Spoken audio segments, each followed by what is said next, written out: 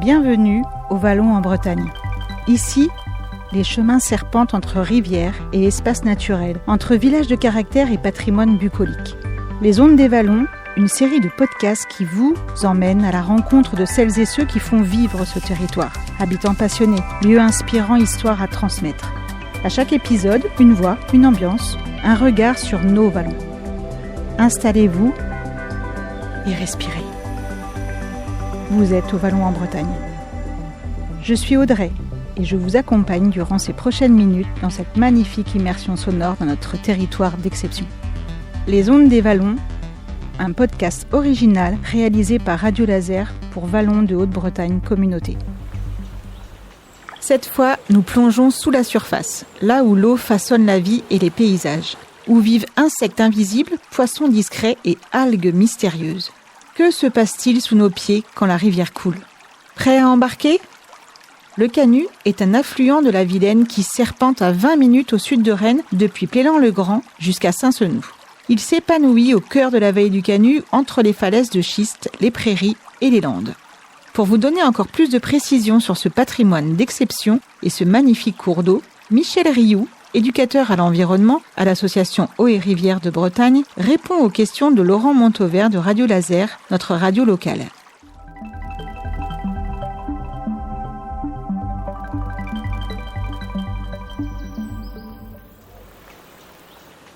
Dans les replis verdoyants de la vallée du Canut, au sud de Rennes, coule un cours d'eau discret mais essentiel, la rivière du Canut. Elle façonne le paysage, nourrit les terres, abrite des espèces rares et témoigne de siècles d'usage humain, notamment autour des moulins qui ponctuent son lit. Mais aujourd'hui, cette eau précieuse est aussi fragile. À l'heure du dérèglement climatique, de l'artificialisation des sols et de la perte de la biodiversité, comprendre les équilibres de la rivière devient une urgence. Pour en parler, un passionné du terrain, Michel Rioux, éducateur à l'environnement à l'association Eaux et Rivières de Bretagne, acteur incontournable de la sensibilisation de la protection de nos milieux aquatiques. Michel Rioux, bonjour. Bonjour. Vous avez une particularité ici, non des moindres, vous habitez la vallée du Canut. Avant de parler d'Eaux et Rivières de Bretagne, racontez-nous comment vous vivez dans cet endroit exceptionnel, vos sensations, votre quotidien.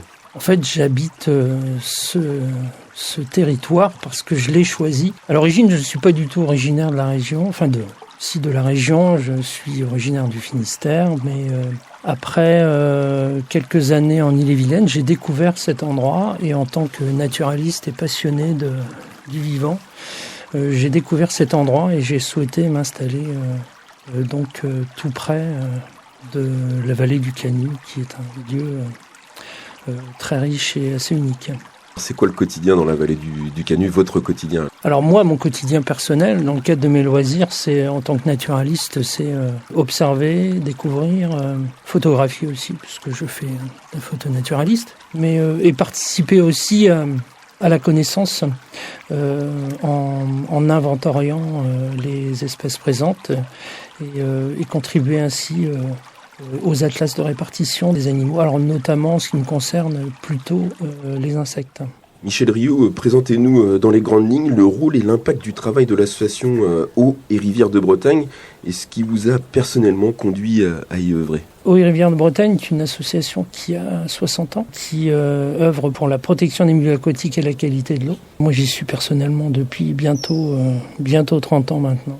C'est une association qui est très connue pour son rôle, on va dire, de veille écologique et qui se voit à travers les médias par des batailles juridiques parfois. Mais ces missions ne sont pas uniquement centrées sur les batailles juridiques et la veille écologique. Il y a aussi un volet de sensibilisation et au travers d'interventions auprès des scolaires, du grand public, mais aussi par l'organisation de conférences, de débats, de notre site internet, nos revues. On participe aussi à cette action de sensibilisation sur tout le territoire breton.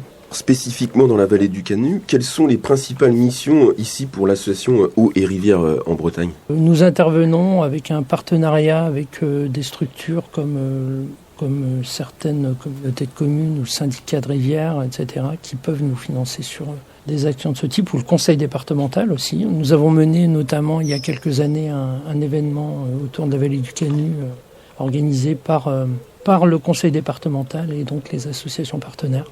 Michel Rioux, quelles sont les espèces aquatiques les plus caractéristiques que l'on peut observer dans le Canut ? La rivière du Canut est une rivière qui est un petit peu entre ce qu'on a l'habitude de voir en Ille-et-Vilaine, c'est-à-dire des cours d'eau lents avec un fond vaseux, qu'on appelle les cours d'eau de deuxième catégorie, et les cours d'eau de première catégorie qui sont très courants et très oxygénés avec des galets généraux, pour faire simple, au fond de la rivière. Donc on va dire que le Canut est un petit peu entre les deux. Ses affluents sont assez courants, notamment grâce au relief qui est assez marqué. Donc dans le cours d'eau, on va trouver des poissons et des espèces, parce que évidemment dans un cours d'eau il n'y a pas que des poissons, on est bien d'accord. Donc on va retrouver des espèces un petit peu intermédiaires.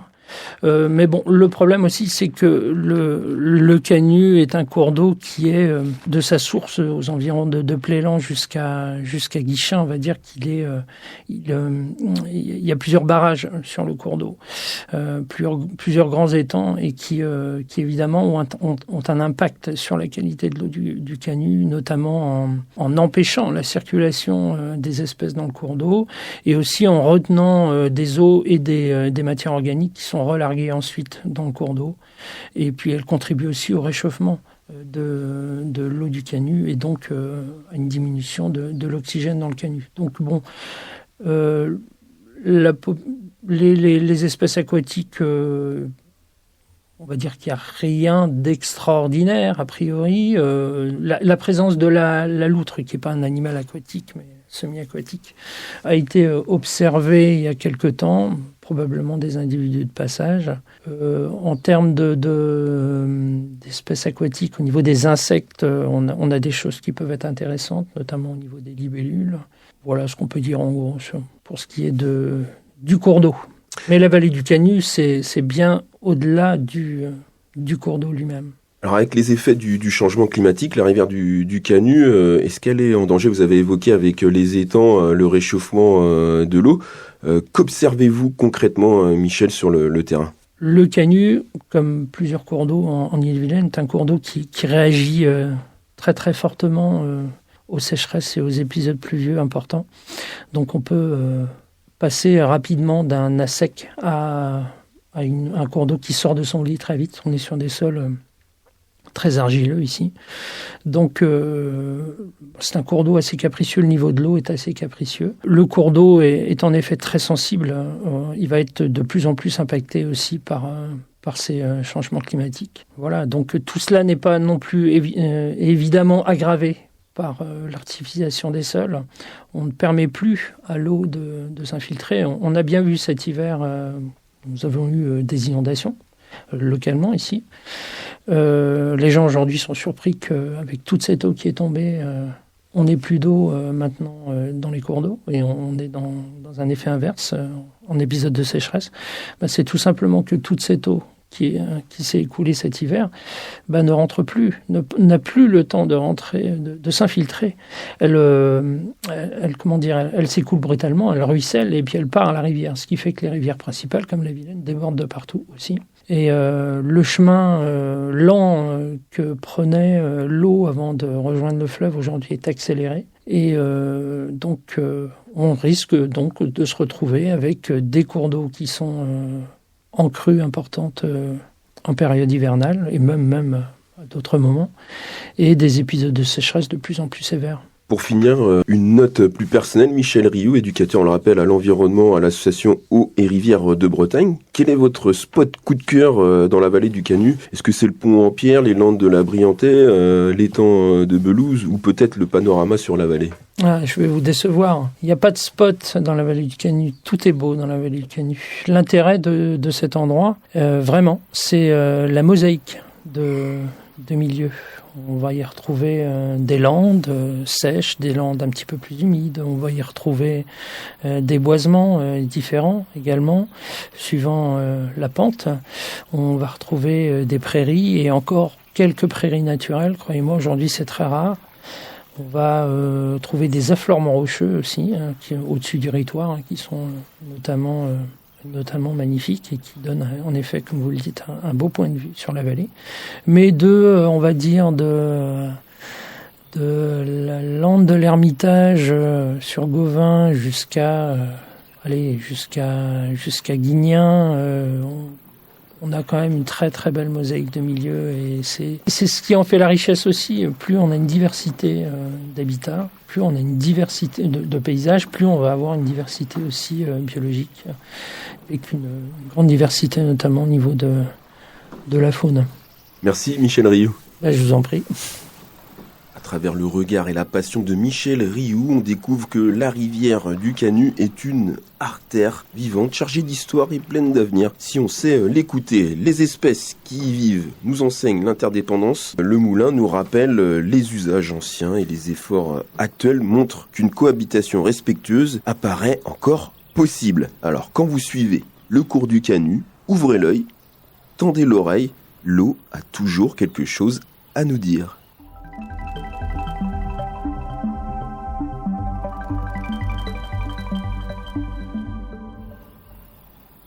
Se balader dans la vallée du Canut est un excellent moyen pour s'évader proche de chez vous. En été, la végétation et la présence du Canut en font un lieu idyllique pour se mettre au frais. On peut s'y tremper les pieds ou s'essayer à la pêche, un loisir méditatif en pleine nature. Le Canut est en effet prisé des amateurs de pêche. On y pêche des perches et des chevennes et parfois même des truites. Si ce loisir vous attire, veuillez à vous munir d'une carte de pêche et respecter la réglementation. L'équilibre des écosystèmes ne doit pas être perturbé. C'était Les Ondes des Vallons, un podcast original réalisé par Radio Laser pour Vallons de Haute-Bretagne Communauté. Vous sentez ? Ça sent déjà les fougères et l'aventure. La vallée du Canut, c'est par ici. Et pour ne pas vous perdre ou rater une idée de sortie, un coup d'œil ou un coup de téléphone à l'Office de tourisme Vallons en Bretagne. On a tout ce qu'il vous faut. Ça vaut vraiment le détour et ce n'est même pas loin.